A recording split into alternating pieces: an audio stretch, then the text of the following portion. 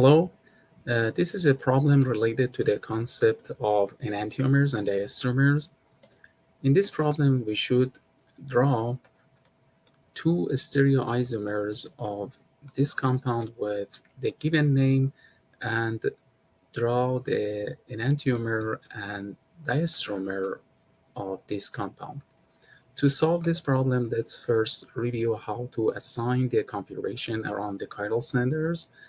Here, for example, we have two enantiomers. That means these two compounds are mirror images of each other and they are not superimposable. To assign the configuration around this chiral center, first we should determine the priorities of four different groups bonded to this chiral center. Here, bromine gains number 1, followed by chlorine, because bromine has higher atomic number than chlorine, and then fluorine gains number 3 and hydrogen gains number 4. Now we should stand here in this position because when we are standing here, the hydrogen which has the least priority would be seen in the back. Now we can assign the configuration. If we go from 1 to 2, and from 2 to 3, and from 3 to 1, as you see here, we have counterclockwise motion, so the configuration is S. However, for the right enantiomer, if we determine the priorities, bromine gains number 1, chlorine number 2, fluorine number 3, and hydrogen again has the least priority based on atomic numbers. Now we should stand here. This is, for example, I. And look at the molecule, because when we are here, hydrogen is seen in the back. Now if we go from 1 to 2, and from 2 to 3, and from 3 to 1, here we have clockwise motion, so the configuration is R. What's the conclusion here? For enantiomers, if we have only one chiral center, if the configuration of one enantiomer is S, the configuration around the chiral center of another enantiomer is definitely R. Now let's consider a compound with, for example, two chiral centers. 2S, for example, and 3R. Now, if another compound is given with this configuration, in which carbon number 2 is R and carbon number 3 is S, what's the relationship between these two compounds? These are enantiomers. Why? Because 2S is converted to 2R in another compound, and 3R is converted to 3S. We have both configurations inverted. So if we have this compound again, but the second compound, let's say, have this configuration. It has 2R and 3R. Here, as you see, just one of the configurations is reversed. And the other one, which is carbon number 3, has the same configuration for both compounds. In this case, when only one of the configurations is changed and the other one remains the same, these two compounds are definitely diastereomers.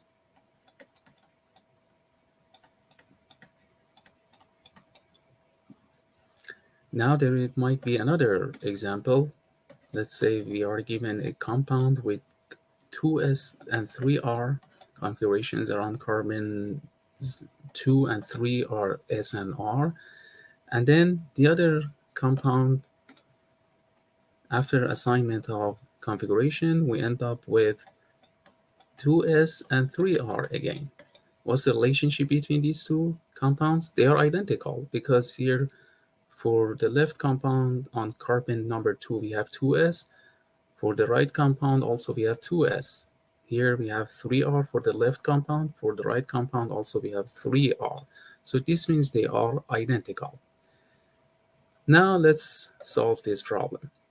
To answer this question, first we should draw the three-dimensional picture of this molecule with this given name. Here, if I number this longest chain from the head closest to carbon-bearing chlorine, we have 1, 2, 3, 4, 5. So the name becomes 2 and 3 dichloro. Dichloro means we have 2 chlorine atoms. Pentane, because we have 5 carbons in the longest chain, in the main chain. But the most important part of this nomenclature is related to the configurations around chiral centers. Here carbon number 2 is chiral, and also number 3 is chiral center. That means these centers, each one is connected to 4 different groups. Now let's see why we have 2r and 3s. I'll show you how to assign these configurations. Let's work on this carbon, which is carbon number 2. Here, chlorine gains number 1 based on priority, followed by this carbon atom, and then this methyl 3. Why this carbon has higher priority than carbon of methyl? Because this one, this carbon, is bonded to chlorine and hydrogen and 1 carbon here. So I show you these atoms, chlorine, hydrogen, and carbon. However, this one, this carbon is bonded to 3 hydrogens. So if we compare these atoms, we see that here for this carbon, we have chlorine and carbon bonded to this atom. And presence of chlorine is enough for this carbon to have higher priority than methyl carbon. Now let's assign the configuration around carbon number 2.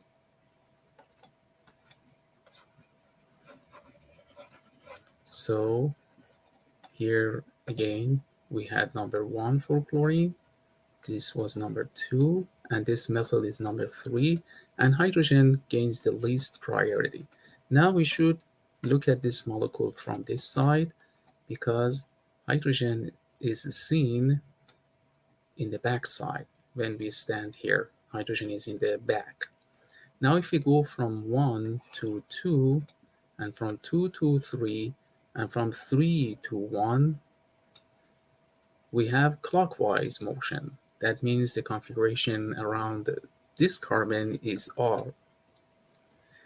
Now let's assign the configuration around carbon number 3, which is 3s based on this given name.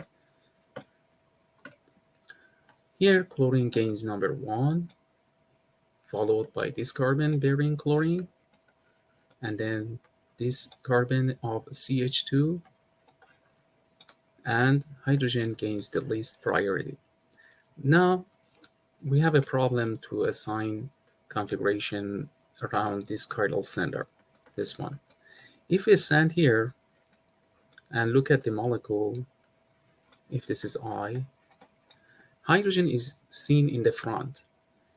But if we do the same as before, for example, if we go from 1 to 2 and 2 to 3 and 3 to 1, it seems that the configuration is R because this motion is clockwise motion. However, we have to reverse the configuration because hydrogen is in the front. This is a tricky way to assign the configuration when the least priority is in the front.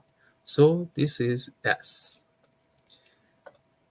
For this compound, we have 2R, 3S configurations. Now let's work on the first part of the problem. Here, this compound, which I name as B, if this is A, the reference compound is A, B is the enantiomer of this compound because, as you see here, 2R is converted to 2S. Let's number the chain again, the longest chain. 1, 2, 3, 4, 5. Here also we have 1. We should number from the right side because this head is the closest head to carbon-bearing chlorine. Number 2, 3, 4, 5. As you see, 2R configuration is converted to 2S configuration in the right compound. And 3S is converted to 3R. Since both configurations have changed, these two structures are definitely enantiomers. That means they are mirror images of each other and they are not superimposable. Let me show you, for example, how to assign the configurations for compound B, for the enantiomer B.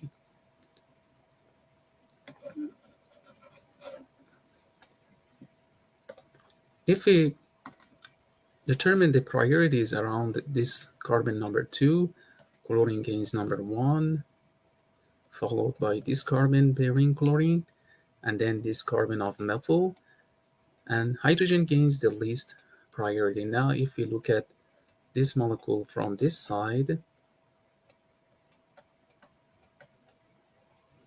hydrogen is seen in the back.